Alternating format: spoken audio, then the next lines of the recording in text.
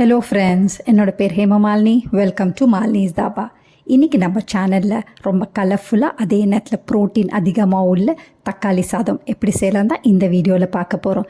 Video skip பண்ணாமல் பாருங்கள், அப்போ தான் உங்களுக்கு டீட்டெயிலாக புரியும். அதுக்கு முதல்ல இது வரைக்கும் நம்ம சேனலை சப்ஸ்கிரைப் பண்ணாமல் இருந்தால் மறக்காமல் சப்ஸ்கிரைப் பண்ணி வச்சுட்டு பக்கத்தில் இருக்க பெல் பட்டனையும் ப்ரெஸ் பண்ணி வச்சுக்கோங்க. அப்போ தான் நான் போடுற வீடியோஸ் உங்களுக்கு நோட்டிஃபிகேஷன் வரும். வாங்க டிலே பண்ணாமல் வீடியோவுக்கு போகலாம். தக்காளி சாதம் செய்கிறதுக்கு நான் அடுப்பில் ப்ரெஷர் குக்கர் வச்சுருக்கேன். இதில் 2 டேபிள் ஸ்பூன் அளவுக்கு எண்ணெய் சேர்த்துக்கோங்க.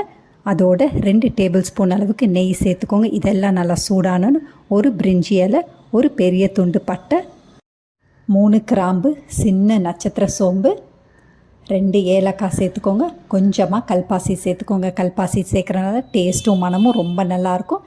இதெல்லாம் நல்லா பொரியட்டும். இந்த அளவுக்கு நல்லா பொரிஞ்சோன்னே நம்ம வெங்காயம் சேர்த்துக்கலாம். நான் ஏற்கனவே காய்கறியெல்லாம் நல்லா வெட்டி வச்சுருக்கேன். பெரிய வெங்காயத்தை ஒன்று எடுத்து நல்லா நீல வாக்கில் வெட்டி வச்சுருக்கேன், அதை சேர்த்துக்கலாம். அதோட 3 பச்சை மிளகாவை நல்லா உடச்சி போட்டு வச்சுருக்கேன், அதையும் சேர்த்துக்கோங்க. இதெல்லாம் சேர்த்துட்டு ஒரே ஒரு நிமிஷம் நல்லா வதக்கி விட்டுக்கோங்க. வெங்காயம் ஒரு நிமிஷம் நல்லா வதங்கினோன்னே 1.5 டீஸ்பூன் அளவுக்கு இஞ்சி வெள்ளை பூண்டு பேஸ்ட் சேர்த்துக்கோங்க. பேஸ்ட்டை சேர்த்த பிறகு 1 டீஸ்பூன் அளவுக்கு கல் உப்பையும் சேர்த்துட்டு நல்லா வதக்கி விட்டுக்கோங்க. இஞ்சி வெள்ளை பூண்டோட பச்சை மணமும் போகணும். அதே நேரத்தில் வெங்காயம் நல்லா வதங்கி வரணும். அந்த அளவுக்கு வதங்கினோடனே 1/4 கப் அளவுக்கு பச்சை பட்டாணி, 1/4 கப் அளவுக்கு சோயா ஏற்கனவே நல்லா கொதிக்கிற தண்ணியில் ஒரு 2-3 நிமிஷம் வச்சுருந்துட்டு நல்லா தண்ணியெல்லாம் புளிஞ்சு எடுத்து வச்சுருக்கேன். அதை இப்போ சேர்த்துக்கலாம். அதையும் சேர்த்துட்டு நல்லா வதக்கி விட்டுக்கோங்க. 2 நிமிஷம் மறுபடியும் நல்லா வதங்கட்டும்.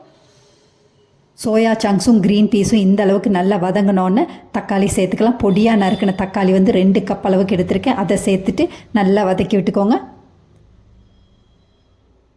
தக்காளி நல்லா வதங்கணும். 2 நிமிஷம் நல்லா வதங்கினோன்னு நம்ம மசாலா பொருட்கள் சேர்த்துக்கலாம்.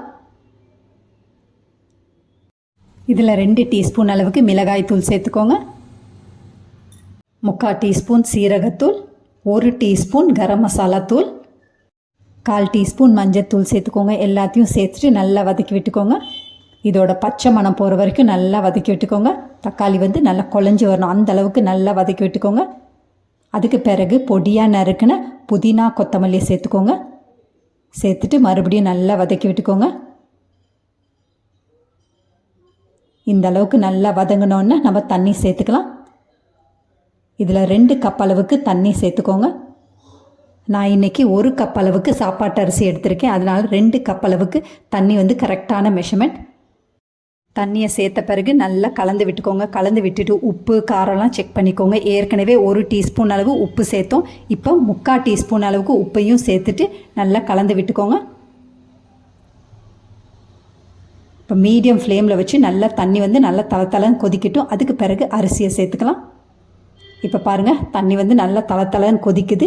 ஏற்கனவே 1 கப் அளவுக்கு சாப்பாட்டு அரிசி எடுத்து 2-3 தடவை நல்லா கழுவிட்டு 1/2 மணி நேரமாக ஊற வச்சுருந்தேன். அந்த ஊற வச்ச அரிசியை தண்ணியெல்லாம் வடித்து வச்சுருக்கேன். இப்போ அதை சேர்த்துக்கலாம். இதையும் சேர்த்துட்டு நல்லா கலந்து விட்டுக்கோங்க. வழக்கமாக நம்ம செய்கிற தக்காளி சாதம் மாதிரி இல்லாமல் பட்டாணி அதே நேரத்தில் சோயாவோட டேஸ்ட்டோட இந்த தக்காளி சாதம் ரொம்ப நல்லாயிருக்கும். ட்ரை பண்ணி பாருங்கள். இதையும் சேர்த்துட்டு நல்லா கலந்து விட்டுக்கோங்க.